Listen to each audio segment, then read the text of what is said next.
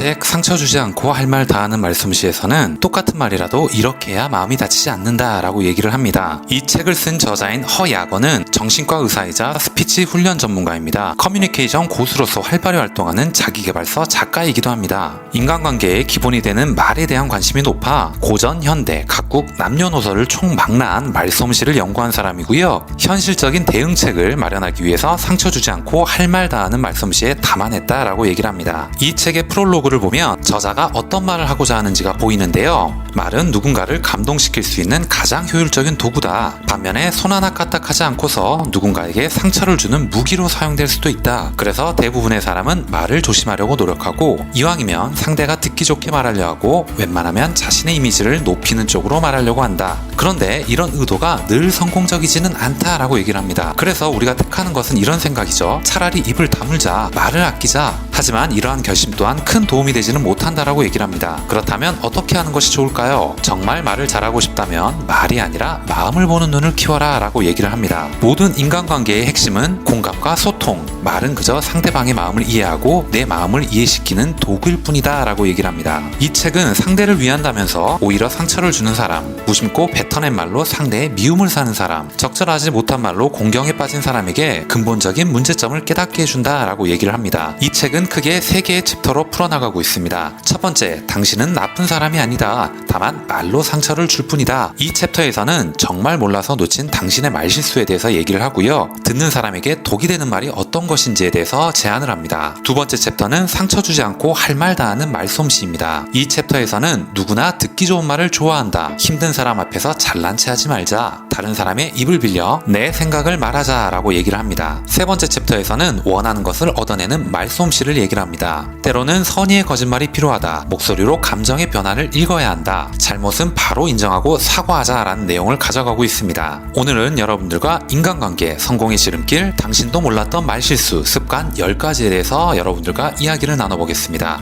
어디에든 남을 헐뜯는 사람들은 존재합니다. 그저 자기도 모르게 상대가 모욕적으로 느낄 수 있는 말을 하는 것 뿐이죠. 다른 사람을 편안하게 만드는 말은 곧 듣기 좋은 말이다 라고 얘기를 합니다. 말하는 태도가 나쁜 데다 말투가 거친 사람을 좋아하는 이는 없습니다. 이런 사람은 수없이 불만을 사고 원망도 듣게 마련입니다. 공자는 논어에서 이렇게 말했다고 합니다. 나이가 40이 돼서도 다른 사람의 미움을 받는다면 그 사람의 인생은 끝난 것이나 다름없다 라고 합니다. 옛말에 아름다운 말은 사람들의 존경을 받고 나쁜 말은 사람들의 마음에 상처를 준다라고 했습니다. 특히 내가 마치 상대보다 우월한 위치에서 평가하는 것처럼 말하는 태도를 경계해야 한다라고 얘기를 합니다. 여러분들이 잘 아시는 이솝우화에서는 이런 얘기가 나온다라고 일화를 얘기를 하는데요. 주인이 이솝에게 세상에서 가장 좋은 물건을 사오라고 했다라고 합니다. 그리고 가장 나쁜 물건도 사오라고 했다라고 합니다. 혀를 사왔다라고 하는데요. 주인이 도무지 그 뜻을 이해하지 못해서 묻자 이솝은 이렇게 말했다라고 합니다. 혀는 듣기 좋은 말로 사람들을 기쁘게 할 수도 있고요. 독사처럼 악독한 말로 다른 사람에게 상처를 줄 수도 있기 때문입니다 라고 얘기를 했다라는 것이죠. 꼭 나쁜 사람이 아니어도 본의 아니게 다른 사람의 인생에서 악역을 맡게 되는 경우가 있습니다. 이러한 불행은 소통의 원칙, 즉 언어의 기술을 근본적으로 이해하지 못한 결과라고 얘기를 하는데요. 세상에 험악한 독서를 들어 마땅한 사람은 없다라고 얘기를 합니다. 불경에 이런 말이 나온다라고 하는데 사람은 입에 도끼를 가지고 태어난다. 어리석은 사람이 나쁜 말을 하는 것은 이 도끼로 자신을 찍는 것이나 다름없다라는 것이죠. 여러분들 끊어진 친구 목록을 보면서 궁금해했던 적이 있을 거라고 생각을 합니다. 첫 번째, 저속한 말 습관이라고 얘기를 합니다. 예의를 차리지 않고 저속하거나 상스러운 말을 늘어놓는 것은 다른 사람에게 나쁜 인상을 남긴다라고 합니다. 말은 곧 그 사람의 교양을 나타내기 때문입니다. 두 번째, 상대와 상황을 가리지 않는 말투라고 얘기를 합니다. 사람들의 생활 습관이나 언어 습관은 다양합니다. 예를 들어 광둥, 홍콩 지역 사람들은 숫자 8을 좋아하고 4를 싫어하는 경향이 있습니다. 결혼식에서 신랑 신부에게는 백년해로하라는 축복의 말을 해야 하고요. 아픈 사람의 병문안을 갔을 때는 빠른 회복을 기원하는 위안이 되는 말을 건네야 한다라고 얘기를 합니다. 세 번째는 쉴 새 없이 떠드는 습관이라고 얘기를 합니다. 쉴 새 없이 불평을 늘어놓는 사람은 입만 열면 일상생활에서 벌어지는 사소한 일과 끝없는 고민을 다른 사람에게 하소연합니다. 다른 사람이 자기 시간을 굳이 낭비해가면서 내 과도한 불평을 들어줄 의무는 없는 것이죠. 끊임없는 불평은 동정이 아닌 혐오감을 불러일으킬 수도 있기 때문입니다. 네 번째는 고압적이고 급한 말투라고 얘기를 합니다. 고압적이고 성미가 급한 사람들은요, 일반적으로 인내심이 부족하고 자부심이 상당히 강하다라고 얘기를 합니다. 이런 사람은 항상 자신이 옳다고 생각하고 문제를 다른 사람에게서 찾습니다. 만약 이유를 묻거나 설명을 요구하면요, 아주 성가시게 생각한다라는 것이죠. 귀찮게 하지마, 원래 다 그런 거야. 다섯 번째는 강압적으로 설교하는 말투라고 얘기를 합니다. 다른 사람보다 자신의 지위가 높거나 나이가 많다는 이유로 일종의 우월감에 빠지는 사람들이 있다라고 얘기를 합니다. 때로 설교에는 정확한 충고가 담겨 있기도 합니다. 그러나 우월감에서 비롯된 설교투는 상대방에게 반감을 불러일으킨다라고 얘기를 하네요. 즉, 고압적인 태도를 버리고 쉽게 이해되는 구체적인 사례를 들어서 상대가 내 말에 수긍할 수 있도록 해야 한다라고 얘기를 합니다. 여섯 번째는 뒷담화를 퍼뜨리는 습관이라고 얘기를 합니다. 쓸데없는 사소한 일이나 다른 사람의 사적인 일에 관심을 놓지 못하는 사람들이 있는데요. 이런 소재는 이들에게 순간의 호기심을 충족시키는 잡담거리에 불과합니다. 문제는 이 과정에서 말이 더해져 과장되고요. 이러쿵저러쿵 다른 사람의 이야기를 하는 것은 저속한 취미라고 얘기를 합니다. 일곱 번째는 자기중심적인 말투라고 얘기를 합니다. 자기중심적인 사람은 세 가지 특징을 보이는데요. 첫째는 자기 자신을 과장하고요. 둘째, 무슨 일이든 자기 멋대로 결정합니다. 셋째, 모든 이야기의 주제는 하나로 귀결된다는 것이죠.